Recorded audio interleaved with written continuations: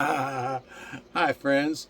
It's your old pal Papa Dale here with another episode of Christ versus Culture. This is a video series that explores the meaning and implications of 1 John 2:15, which says, "Love not the world, neither the things that are in the world. If any man loves the world, the love of the Father is not in him." What that means is Christ, Jesus Christ, must be the highest priority in your life. Love in the Bible is a term of preference, not the same as the emotional content in modern day. And so we are to prefer Jesus Christ over and above the world.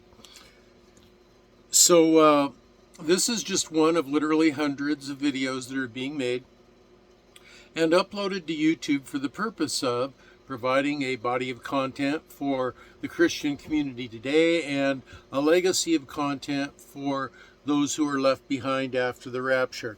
Rapture's coming right up, so you ought to be ready. Those are the two purposes for these videos, and who am I?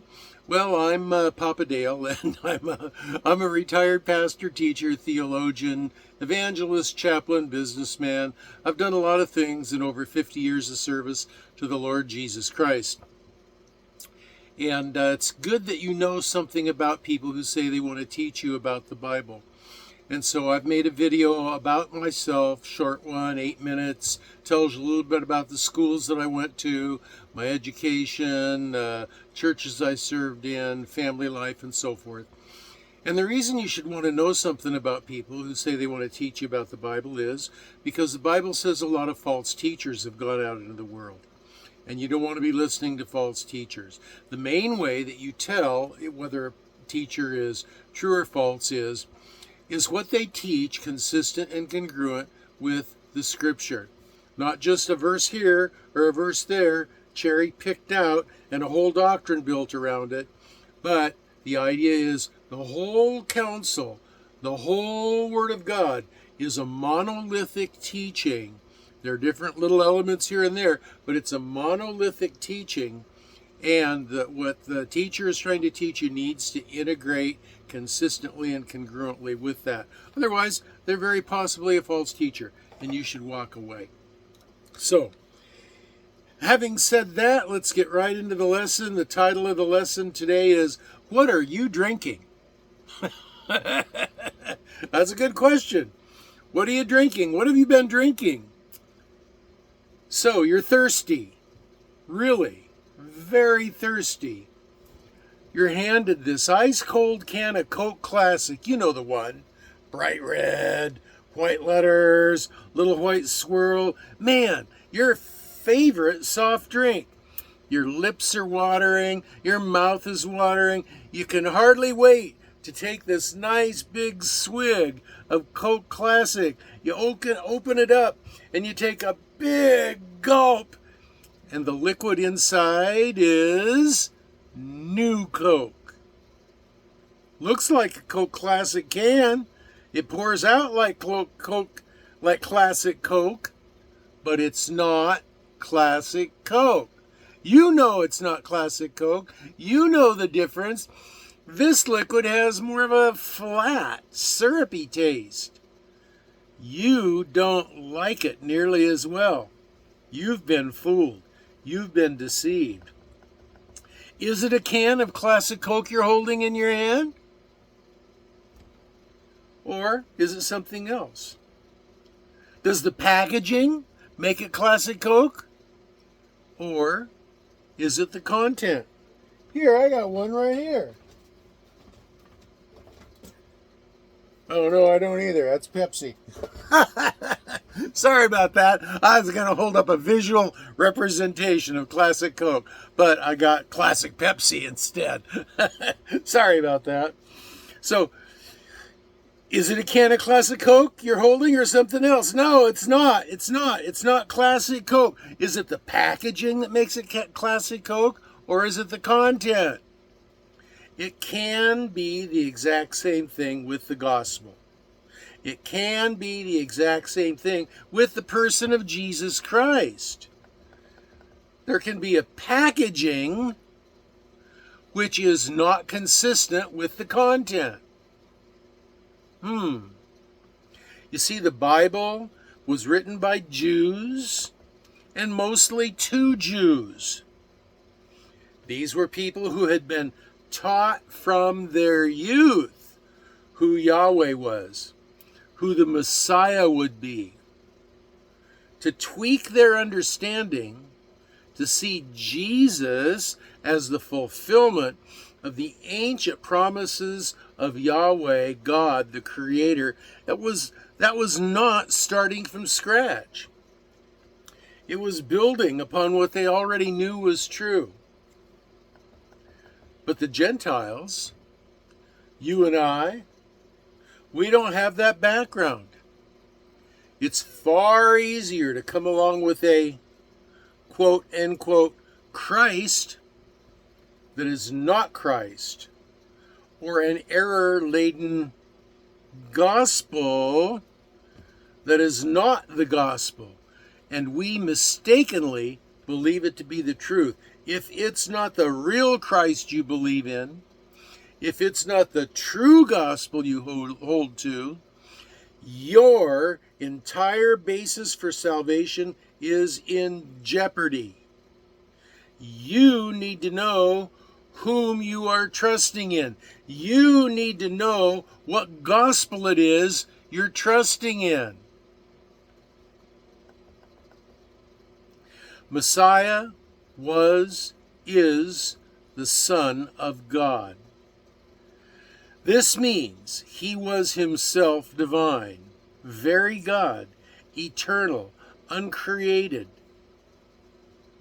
You see, Caiaphas, the high priest, asked Jesus, standing before the Sanhedrin, "Are you the Christ, the Son of the Blessed One, the Son of God?" And Jesus said, "I am. And you shall see the Son of Man seated on the right hand of power and coming in the clouds." Now, that's what Jesus told Caiaphas. Mark 14, 61 and 62. And Isaiah spoke of the Messiah. "For unto us a child is born," Jesus in Bethlehem. "Unto us a son is given," the Son of David. "And the government shall be upon his shoulders. He shall be the one who will be the ruler of the kingdom of God.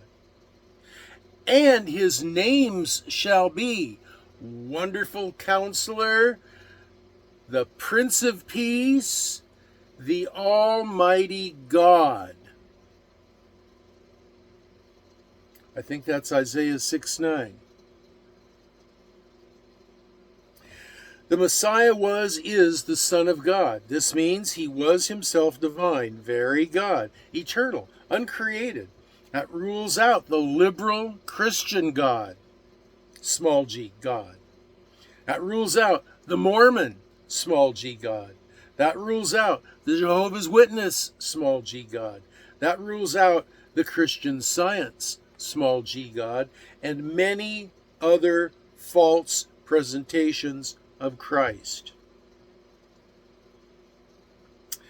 Likewise, a gospel that adds your effort, my effort, to our activity, to the work of Christ is a false gospel. That rules out teachings that require baptism, a certain means of baptism, whether it's sprinkling or dunking, baptism in a specific name. Some say in the name of the Lord Jesus Christ. Some say in the name of the Father and the Son and the Holy Spirit. In communion, confession to another human being, like the Roman Church says you have to do to priests. Church membership in our church only, like Church of Christ people say. Speaking in tongues, like some of the Pentecostal churches say. Good works. Saturday worship, like the Sabbatarians say. Tithing, like they all say, because they all want our money, right? Following the 10 Commandments, which in and itself if you follow the Holy Spirit is what you're supposed to do, you're going to follow the Ten Commandments, because the Holy Spirit doesn't lead you to do something in violation of God's moral law. Attendance at a specific church, any ritual act or speech, never sinning, as some churches teach, or anything else that negates salvation as a capital G, capital I, capital F, capital T gift of God. Ephesians 2:8-9.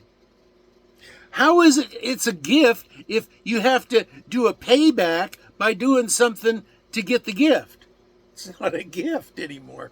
In fact, Paul says that in Romans 4, verses 3-5. He says, Abraham believed God, and it was counted unto him for righteousness. It says, but to him who works is the reward not of faith, but it is of debt. But to him who works not, but believes on the one who justifies the ungodly, his faith is counted unto him as righteousness. Did you catch that? He who works not, but believes. That's a contrast. You can't both work and believe at the same time and make that verse have any meaning. It's work or belief. That's the point.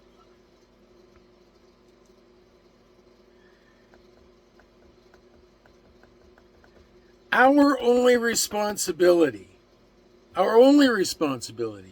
is to have a continuing dynamic faith, and that means a belief, a faith, a trust in what Christ has done on our behalf, to believe that dynamically, to trust in him dynamically, from starting right now at the point in time in which we believe until our death. That's what belief means in the scripture. Our only responsibility is to have continuing dynamic faith, to dynamically believe, to dynamically trust. And I've got it in the text here. Now to the one who works, wages are not credited as a gift, but as an obligation. However, to the one who does not work, but trusts God, who justifies the ungodly, their faith is credited as righteousness. Romans chapter 4. That means trusting now and forever in what he, Christ, has done on our behalf, and nothing else, unto death. Because, quote, for by grace are we saved through faith, and it's not of ourselves, it's the gift. Did you hear me? Gift.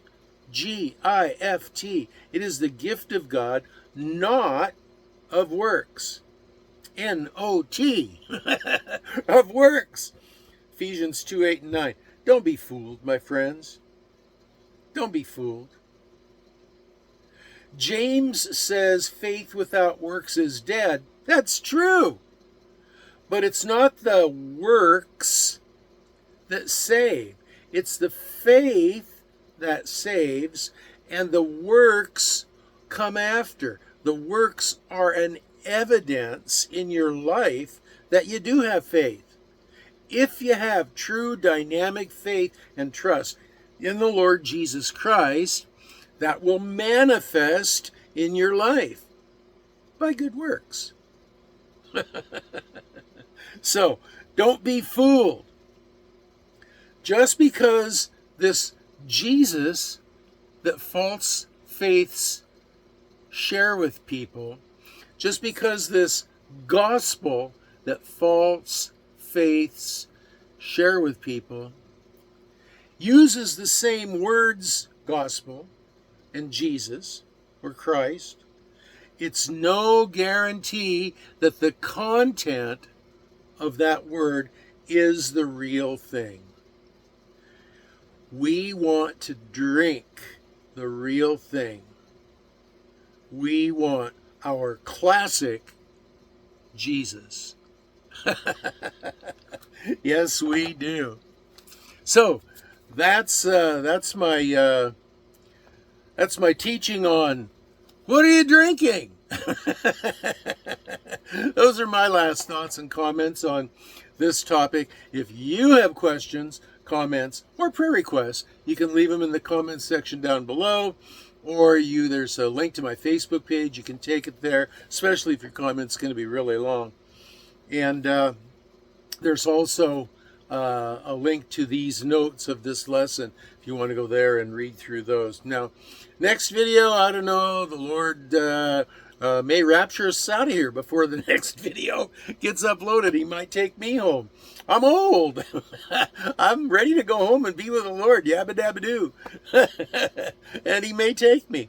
It's okay either way. If he allows me to stay here, I plan to make another video for y'all. And if that happens, if the Lord lets that happen, this is your old pal Papa Dale signing off for now and saying, I will be praying for every one of you. All the way back there, all the way up here close, off to the sides. I'll be praying for you that you will be well and that you will be blessed. And that's 2 thumbs up.